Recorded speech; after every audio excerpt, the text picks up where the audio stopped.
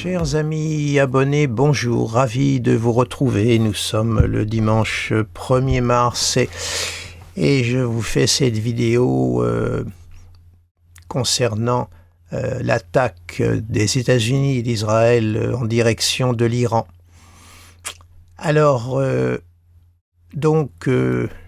les attaques ont eu lieu hier, le 28 février. Sous le renouveau du cycle Saturne-Neptune, comme je vous l'avais montré il y a quand même pas mal de temps, puisque ça remonte à mars 2025, où je m'étais aperçu que le cycle Saturne-Neptune rythmait l'histoire de la République islamique. Et c'était en mars 2025, si ma mémoire est bonne, que j'avais fait une première vidéo sur ce plan dans laquelle j'annonçais un affaiblissement, un effondrement de ce régime et voir la possibilité d'un renversement de régime. Bon, là maintenant, les attaques sont lancées et on voit donc que ça s'est fait donc sur le renouveau du cycle, sous le carré Uranus-Mars, qui est un aspect plutôt explosif, et puis l'opposition Lune-Pluton, à ce moment-là. Donc, l'offensive a été lancée.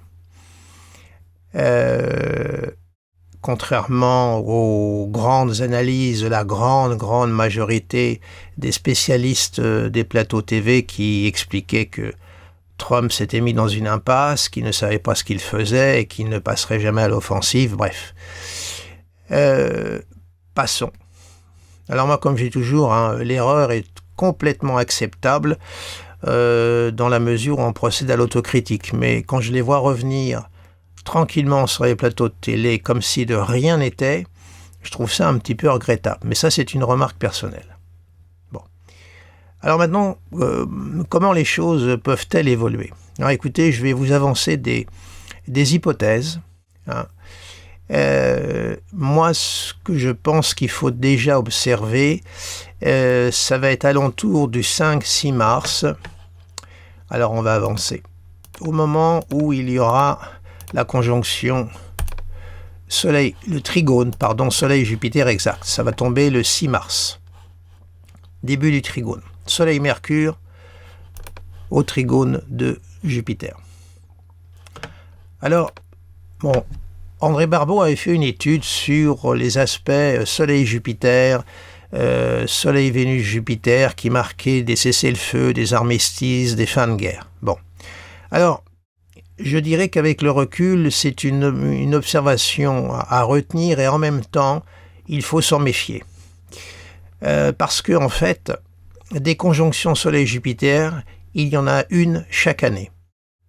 Et des trigones, il y en a 2.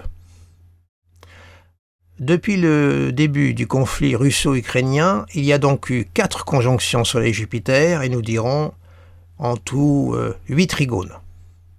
Or, la guerre est toujours là.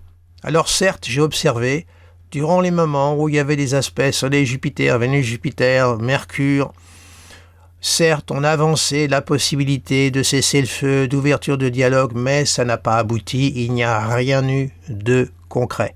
Le conflit russo-ukrainien, il n'y a jamais eu de cessez-le-feu. Ou tout au moins, ils n'ont jamais été respectés.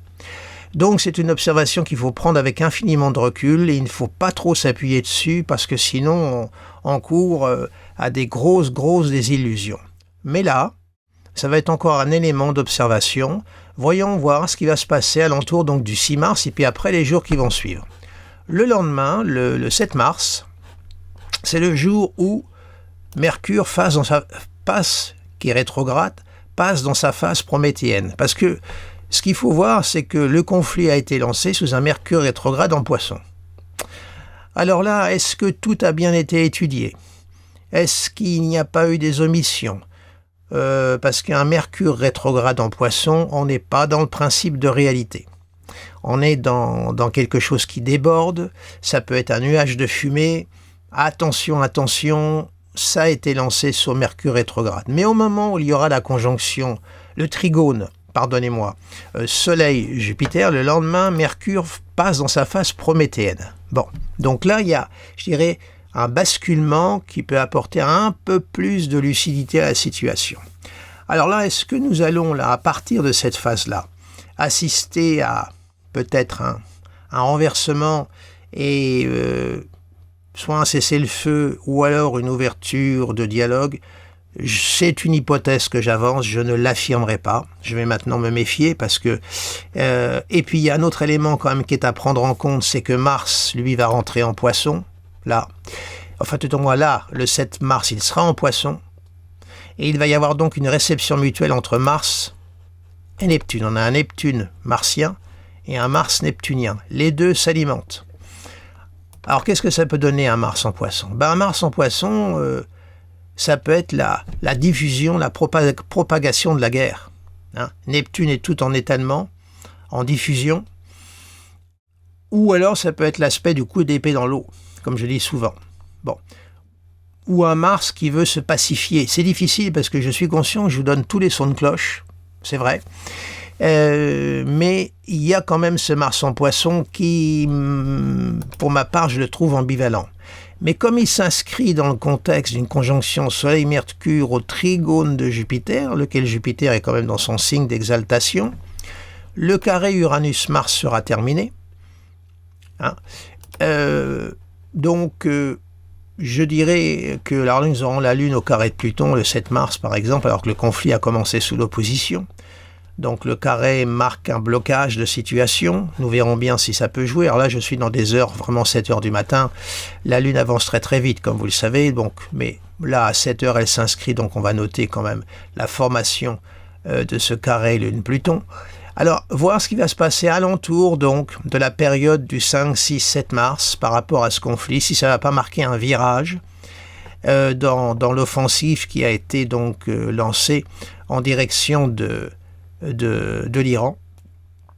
Alors on sait que le chef religieux a été tué, hein, il y a eu la confirmation ce matin, mais ce n'est pas parce qu'il a été tué que le régime est pour autant à plat, hein, ça n'a rien à voir.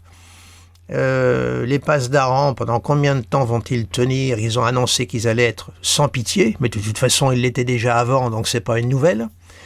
Voilà, donc on est là dans des valeurs neptuniennes.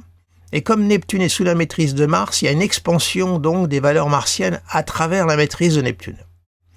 En plus, on va avoir une Vénus quand même qui va s'associer au cycle Saturne-Neptune, mais c'est une Vénus qui se trouve à être évidemment en exil, en Bélier. Hein, une Vénus qui tend à se martialiser. Hein. Mais Vénus-Neptune, ça peut être aussi une tendance d'apaisement. Hein.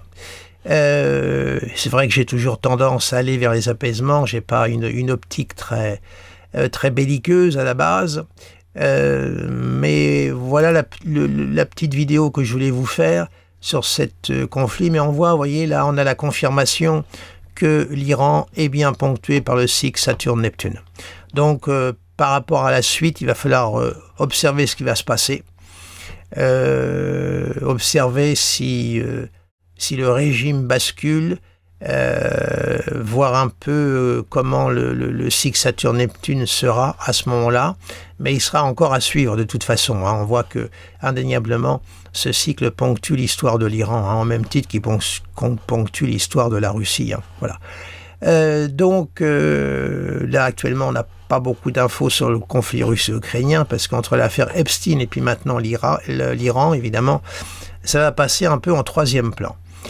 Voilà ce que je voulais vous dire un petit peu, c'est une petite vidéo très très courte mais je voulais quand même réagir sur ce qui se passe et aller étape par étape, ne pas trop aller trop loin parce que là c'est un conflit qui va avancer au jour le jour, hein, avec des grandes inconnues. Donc la prudence s'impose, voilà, mais bon, de toute façon on va vers un ciel qui va être de plus en plus en harmonique par rapport aux configurations des planètes lentes, donc de toute façon il va y avoir un basculement, et un basculement qui doit aller vers un équilibre sur le plan mondial de toute façon. Alors maintenant, comment ça va s'organiser? Moi, je pense qu'on va avoir des alliances qui vont se faire, qui vont nous surprendre. À mon avis, c'est une évidence. On est dans une période de totale reconfiguration géopolitique. il faut s'attendre à des soubresauts, à des alliances qui vont nous surprendre, qui vont complètement reconfigurer le paysage géopolitique. Voilà, écoutez, je ne vais pas aller plus loin dans mon bavardage matinal. Il y a une petite chose que je voudrais voir avec vous pendant que j'y suis là. C'est les cycles de lunaison quand même qui sont importants. Alors Mars, le 3 mars, on va avoir une pleine lune le 3 mars. Là, faites voir ce qu'elle va faire, la pleine lune. Alors, c'est une pleine lune qui est dans l'axe donc Poisson Vierge, là, bon, opposé à l'englobe quand même Jupiter, cette pleine lune. Elle se trouve à être relayée par Jupiter, ce qui peut marquer, mais là on est le 3 mars, le 3 mars, écoutez, c'est après-demain, hein, donc oui, on va bien voir ce que cette pleine lune marque quand même, elle est alignée sur l'axe des nœuds. C'est vrai. Et puis ensuite, la nouvelle lune, elle se fera le 19 mars. Elle va se faire en Poisson. Oui, elle se fera toute fin Poisson, au sextile d'Uranus. Donc voir ce que cette pleine lune et cette nouvelle lune peuvent éventuellement effectivement donner, parce que cette nouvelle lune est quand même dans l'orbe de conjonction du cycle Saturne-Neptune. Voilà. Observez également ces 2 cycles de lunaison qui vont se faire prochainement. L'un c'est après-demain et l'autre ça ne sera que le 19 mars. Voilà, écoutez, je vous remercie de votre attention. Je ne suis pas trop présent actuellement parce que je suis en train de travailler sur une conférence que je dois donner prochainement, qui sera d'ailleurs le 7 mars. Je suis en train de relire et d'élaguer, donc c'est vrai que je n'ai pas beaucoup de temps à consacrer à mes vidéos, mais je voulais quand même vous faire celle-ci parce qu'elle est quand même importante par rapport à l'actualité. Sur ce, je vous remercie de votre attention. N'hésitez pas à mettre un petit pouce si cette courte vidéo vous a plu. Et puis, n'hésitez pas à vous abonner à ma chaîne YouTube également si vous le désirez. Sur ce, je vous souhaite un agréable dimanche et puis je vous dis à très bientôt.